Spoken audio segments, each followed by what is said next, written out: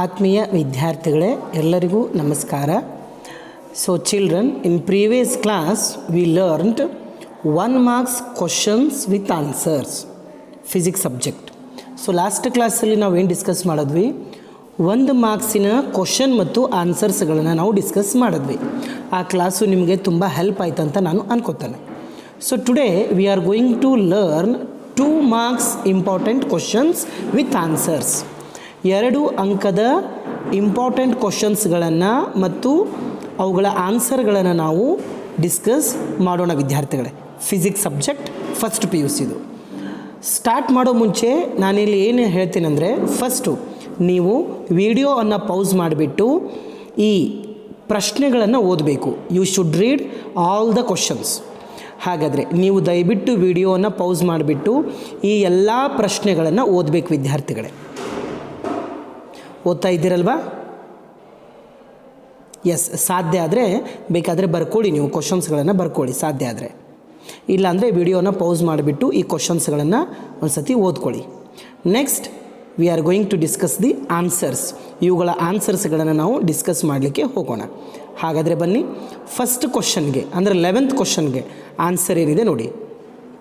E = mc², where E is energy, M mass, C is velocity of light. ಇದು ಐನ್ಸ್ಟೀನಿನ mass ಮತ್ತು energy relation. ಇದು second question. ಆ ಇಕ್ವೇಷನನ್ನು ಕರೆಕ್ಟ್ ಇದೆ ಎಲ್ಲೋ ಚೆಕ್ ಮಾಡಿ ಅಂತ ಕೇಳಿದ್ದಾರೆ. ಏನು? V² = V0² + 2 × A × S. V ಅಂದರೆ ವೆಲಾಸಿಟಿ, ಫೈನಲ್ ವೆಲಾಸಿಟಿ, V0 ಅಂದರೆ ಇನಿಷಿಯಲ್ ವೆಲಾಸಿಟಿ, A ಅಂದರೆ ಆಕ್ಸಲರೇಷನು, S ಅಂದರೆ ಡಿಸ್ಪ್ಲೇಸ್ಮೆಂಟು. ಆ ಎಲ್ಲ ಫಿಸಿಕಲ್ ಕ್ವಾಂಟಿಟೀಸ್ಗಳ ಡೈಮೆನ್ಷನಲ್ ಫಾರ್ಮುಲಾನ ನೀವು ಸಬ್ಸ್ಟಿಟ್ಯೂಟ್ ಮಾಡಿ. ಆ 2 ಕಾನ್ಸ್ಟಂಟು ಅದನ್ನು ನೆಗ್ಲೆಕ್ಟ್ ಮಾಡಿ. So we will get what? L⁻²T⁻² = L⁻²T⁻² + L⁻²T⁻². So LHS = RHS. hence the given equation is dimensionally correct. 13th ಕ್ವಶನ್ಗೆ ಆನ್ಸರು ಗ್ರಾಫನ್ನು ಕೊಟ್ಟಿದ್ದಾರೆ ಅವರು. ಹೌದಾ? ವೆಲಾಸಿಟಿ ಟೈಮ್ ಗ್ರಾಫನ್ನು ಡ್ರಾ ಮಾಡಿ ಅಂತ ಹೇಳಿದ್ದಾರೆ. ಸೊ ಅವುಗಳ ಗ್ರಾಫ್ಗಳನ್ನು ನಾನು ಇಲ್ಲಿ ಡ್ರಾ ಮಾಡಿದ್ದೇನೆ. ವಿದ್ಯಾರ್ಥಿಗಳು ನೋಟ್ ಡೌನ್ ಮಾಡ್ಕೋಬೇಕು. 2ನೇ ಗ್ರಾಫು ನೆಗೆಟಿವ್ ಆಕ್ಸಲರೇಷನ್ನು, ಮೊದಲನೇ ಗ್ರಾಫು ನಾನ್ ಯೂನಿಫಾರ್ಮ್ ವೆಲಾಸಿಟಿ. 14th ಕ್ವಶನ್ಗೆ answer product of next 15th ಏನಿದೆ ನೋಡಿ. By using ball bearings, polishing the surface, lubrication. 16ನೇ ಕ್ವಶನ್ನು I = 1/2 mr². I ಅಂದರೆ ಮೊಮೆಂಟ್ ಆಫ್ ಇನರ್ಷಿಯಾ, M ಅಂದರೆ ಮಾಸು, R ಅಂದರೆ ರೇಡಿಯಸ್ಸು. 17ನೇ ಕ್ವಶನ್ಗೆ within the elastic limit stress is directly proportional to strain. Hooke's law ಇದು. State and explain Hooke's law ಕೇಳಿದ್ರೆ ಈ ಉತ್ತರನ ನೀವು ಬರೀಬೇಕಾಗ್ತದೆ ವಿದ್ಯಾರ್ಥಿಗಳೇ. Is it clear? Okay. So coming to next question, question number 18. Question number 18 ನಾವು ನೋಡೋಣ. ಅದಕ್ಕೆ ಆನ್ಸರನ್ನು ನೋಡೋಣ. ಏನಿದೆ ನೋಡಿ answer. Yes, simple harmonic motion ಮೇಲೆ ಇರ್ತಕ್ಕಂಥ ಕ್ವಶನ್ನು. ಅದರ ಕ್ಯಾರೆಕ್ಟರಿಸ್ಟಿಕ್ಸನ್ನು ಬರೆಯಂದಿದ್ದಾರೆ. ಅಲ್ಲಿ ನಾನು 3 ಕ್ಯಾರೆಕ್ಟರಿಸ್ಟಿಕ್ಸನ್ನು ಬರೆದಿದ್ದೇನೆ ವಿದ್ಯಾರ್ಥಿಗಳೇ. ಹೌದಾ? So coming to second question paper. Second question ಪೇಪರಲ್ಲಿ ಇರ್ತಕ್ಕಂತಹ ಪ್ರಶ್ನೆಗಳನ್ನು ವಿದ್ಯಾರ್ಥಿಗಳು ಫಸ್ಟು ಏನು ಮಾಡಿ, ಈ ವಿಡಿಯೋನ ಪೌಸ್ ಮಾಡಿಬಿಟ್ಟು ವಿದ್ಯಾರ್ಥಿಗಳು ಕ್ವಶನನ್ನು ಓದಬೇಕು. ಎಸ್, ವಿಡಿಯೋ ಪೌಸ್ ಮಾಡಿ ಕ್ವಶನನ್ನು ಓದಬೇಕು. ಓದ್ತಾ ಇದ್ದೀರಲ್ವಾ? ಹಾಗಾದರೆ ಬನ್ನಿ, ಈ ಪ್ರಶ್ನೆಗಳ ಆನ್ಸರ್ಸನ್ನು ನಾವು ಡಿಸ್ಕಸ್ ಮಾಡೋಣ.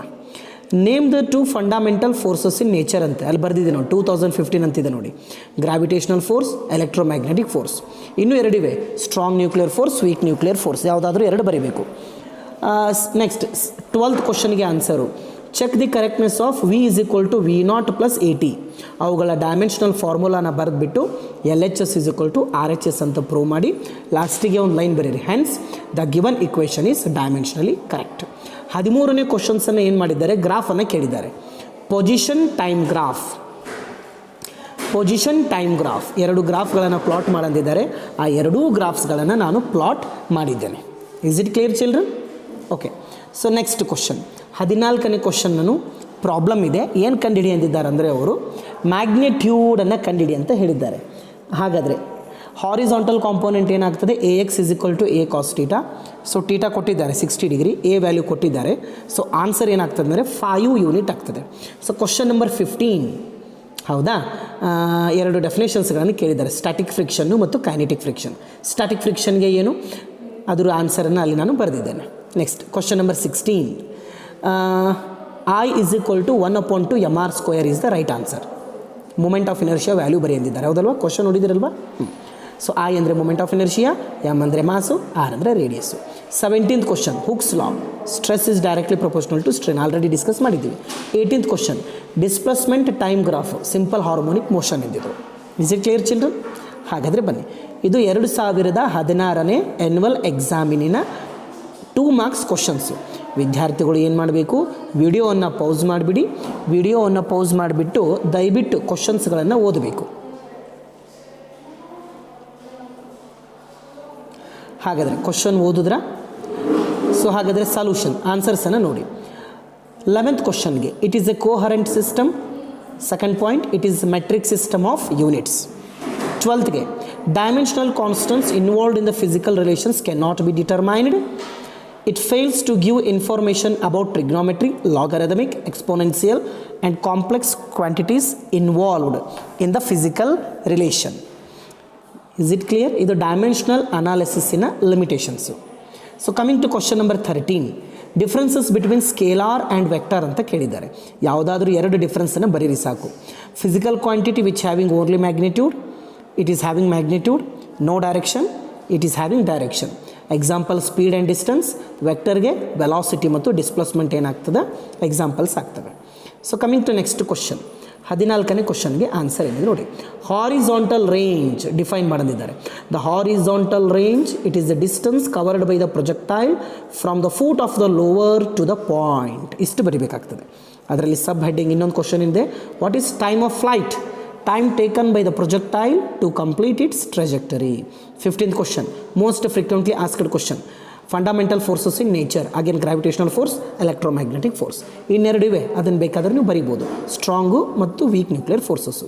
16th question, ಯಂಗ್ಸ್ ಮಾಡ್ಯುಲಸ್ಸಿನ ಇಕ್ವೇಷನ್ ಬರೆಯಂದಿದ್ದಾರೆ, mgl/πr²Δl. ಇಷ್ಟು ಬರೆದ್ರೆ ಸಾಕು, ಹೌದಲ್ವ? ವಾಯ್ ಅಂದರೆ ಯಂಗ್ಸ್ ಮಾಡ್ಯುಲಸ್ಸು, ಎಮ್ ಅಂದರೆ ಮಾಸು, ಆರ್ ಅಂದರೆ ರೇಡಿಯಸ್ಸು, ಎಲ್ ಅಂದರೆ ಒರಿಜಿನಲ್ ಲೆಂತು, ಡೆಲ್ಟಾ ಎಲ್ ಅಂದರೆ ಚೇಂಜ್ ಇನ್ ಲೆಂತು, ಎಮ್ ಅಂದರೆ ಮಾಸು. 17th ಒಂದು ಪ್ರಾಬ್ಲಮ್ ಇದೆ. ಡಿಗ್ರಿ ಸೆಲ್ಸಿಯಸ್ಸಲ್ಲಿ ಒಂದು ಟೆಂಪ್ರೇಚರ್ ಕೊಟ್ಟುಬಿಟ್ಟು ಅದನ್ನು ಫ್ಯಾರನೇಟ್ಗೆ ಮತ್ತು ಕೆಲ್ವಿನ್ಗೆ ಕನ್ವರ್ಟ್ ಮಾಡಿ ಅಂತ ಹೇಳಿದ್ದಾರೆ, ಹೌದಲ್ವ? ಸೊ ಅದರ ಮೆಥಡನ್ನು ಇಲ್ಲಿ ನಾನು ಹೇಳ್ಕೊಟ್ಟಿದ್ದೆ ನೋಡಿ. 100 ಡಿಗ್ರಿ ಸೆಲ್ಸಿಯಸ್ಸನ್ನು ನೀವು ಫ್ಯಾರನೇಟ್ಗೆ ಕನ್ವರ್ಟ್ ಮಾಡಿದರೆ 212 ಡಿಗ್ರಿ ಫ್ಯಾರನೇಟ್ ಆಗ್ತದೆ. ಕೆಲ್ವಿನ್ಗೆ ಕನ್ವರ್ಟ್ ಮಾಡಿದರೆ 373 ಕೆಲ್ವಿನ್ ಆಗ್ತದೆ. ಸಾಲ್ವ್ ಮಾಡ್ಬೋದಲ್ಲ ವಿದ್ಯಾರ್ಥಿಗಳೇ? ಎಸ್, ಇದು 17ನೇ ಪ್ರಶ್ನೆಗೆ ಉತ್ತರ. So coming to 18th question. 18th question ಏನಿದೆ ಅಲ್ಲಿ, what are free oscillations and forced oscillations. Free ಆಸೋಲೇಷನ್ಗೆ ಡೆಫಿನೇಷನ್ ಏನು?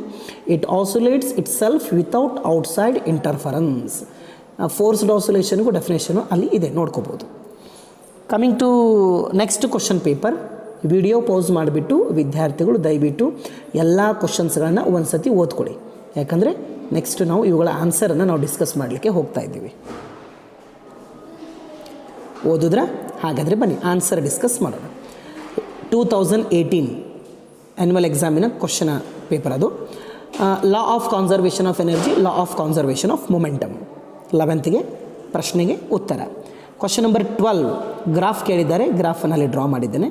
ಕ್ವಶನ್ ನಂಬರ್ 13 ಅಗೇನ್ ಸ್ಕೇಲಾರ್ ಪ್ರಾಡಕ್ಟನ್ನು ಕೇಳಿದ್ದಾರೆ ಅವರು, ಡಾಟ್ ಪ್ರಾಡಕ್ಟ್ ಕೇಳಿದ್ದಾರೆ. ಆಲ್ರೆಡಿ ಡಾಟ್ ಪ್ರಾಡಕ್ಟನ್ನು ಡಿಫೈನ್ ಮಾಡಿದ್ದೀನಿ, ಲಾಸ್ಟ್ ಕ್ವಶನ್ ಪೇಪರಲ್ಲಿ ಆನ್ಸರ್ ಇತ್ತು. ಅದರ example work is equal to force into displacement. 14ನೇ ಪ್ರಶ್ನೆ. Yes, next 15th question, derive the relation between capital G and small g. ಇದು ಈ ರೀತಿ ಬಿಡಿಸ್ಬೇಕಾಗ್ತದೆ. Yes, okay. So coming to question number 16ನ ಕ್ವಶನ್ ಏನಿದೆ, ರೆನಾಲ್ಡ್ಸ್ ನಂಬರ್ ಅಲ್ವಾ, stream line flow ಅಂತ ಕೇಳಿದ್ದಾರೆ. So liquid flows in the form of layers of different velocities. Example ಏನು ಅಂದರೆ water flowing from a tap. Stream line ಫ್ಲೋಗೆ example ಮತ್ತು stream line ಫ್ಲೋಗೆ ಇದು ಡೆಫಿನೇಷನ್, ಹೌದಾ? 17th ಕ್ವಶನ್ ಏನಿದೆ ನೋಡಿ. ಹಾಂ, ಥರ್ಮೋಡೈನಮಿಕ್ಸ್ ಸೆಕೆಂಡ್ ಲಾ ಏನೋ ಬರೀ ಅಂದಿದ್ದಾರೆ ಅವರು. So Q is equal to delta U plus W. Energy supplied a system is utilized for change in internal energy and to do the work. So coming to question number 2018 question paper ಇದು. So ವಿದ್ಯಾರ್ಥಿಗಳು video pause ಮಾಡಿಬಿಟ್ಟು ಕ್ವಶನನ್ನು ಓದಬೇಕು. ಕ್ವಶನನ್ನು ಓದಿ first, ಅಥವಾ screenshot ಆದರೂ ತೊಗೊಳ್ಳಿ ವಿದ್ಯಾರ್ಥಿಗಳೇ.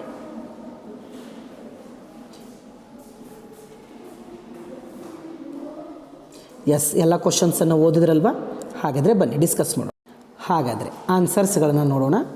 2018 supplementary ಎಕ್ಸಾಮಿನ ಕ್ವಶನ್ಸ್ಗಳಿವೆಲ್ಲ ನೀವೇನು ಓದಿದ್ರಲ್ಲ ಅವುಗಳ ಆನ್ಸರ್ ನೋಡಿ.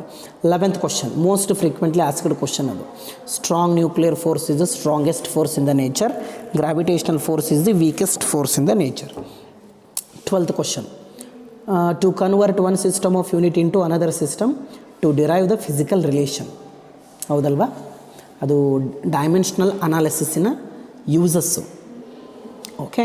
13th ಕ್ವಶನನ್ನು ವಾಟ್ ಈಸ್ ರಿಲೇಟಿವ್ ವೆಲಾಸಿಟಿ ಮತ್ತು ಗ್ರಾಫನ್ನು ಪ್ಲಾಟ್ ಮಾಡೋದಿದ್ದಾರೆ. ನಾನಿಲ್ಲಿ ಬರೆದಿದ್ದೆ ನೋಡಿ, ರಿಲೇಟಿವ್ ವೆಲಾಸಿಟಿ ಡೆಫಿನೇಷನ್ ಬರೆದಿದ್ದೆ ನೋಡಿ. Relative velocity of the object A with respect to object B is the time rate at which object A changes its position with respect to object B. ಹೌದಾ?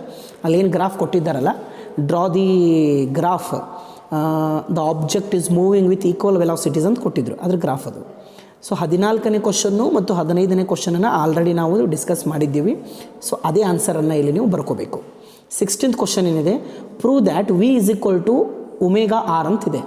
ಅದ್ರ ಪ್ರೂಫನ್ನು ಇಲ್ಲಿ ಮಾಡಿದ್ದೀನಿ, ದಯವಿಟ್ಟು ವಿದ್ಯಾರ್ಥಿಗಳು ನೋಡ್ಕೋಬೇಕು. ಎಸ್, ಸಾಧ್ಯ ಆದರೆ ಬರ್ಕೋರಿ ವಿದ್ಯಾರ್ಥಿಗಳೇ. ಎಸ್, ಡಿಫ್ರೆನ್ಷಿಯೇಟ್ ಮಾಡಬೇಕಾ, d r is equal to d t into r. ಆ ಇಕ್ವೇಷನನ್ನು ನೀವು ಡಿಫ್ರೆನ್ಷಿಯೇಟ್ ಮಾಡಿ, you will get final answer. 17th question, Newton's cooling law ಬರೆಯಂದಿದ್ದಾರೆ ಅವರು. The rate at which a body loses heat is directly proportional to the temperature difference between the body and surrounding. Again what is simple harmonic question ಇದೆ, 18th question. ಹೌದಲ್ವಾ?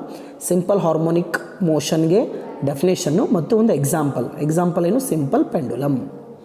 S, ಇದು 2022 model question ಪೇಪರಲ್ಲಿ ಇರ್ತಕ್ಕಂತಹ 2 marks questions ಇವು. So ವಿದ್ಯಾರ್ಥಿಗಳು video pause ಮಾಡಿಬಿಟ್ಟು ಈ ಎಲ್ಲ ಕ್ವಶನ್ಸ್ಗಳನ್ನು ಓದ್ಕೋಬೇಕು ವಿದ್ಯಾರ್ಥಿಗಳು. ಇದರ ಆನ್ಸರ್ಸನ್ನು ನಾವು ಡಿಸ್ಕಸ್ ಮಾಡೋಣ ಈಗ.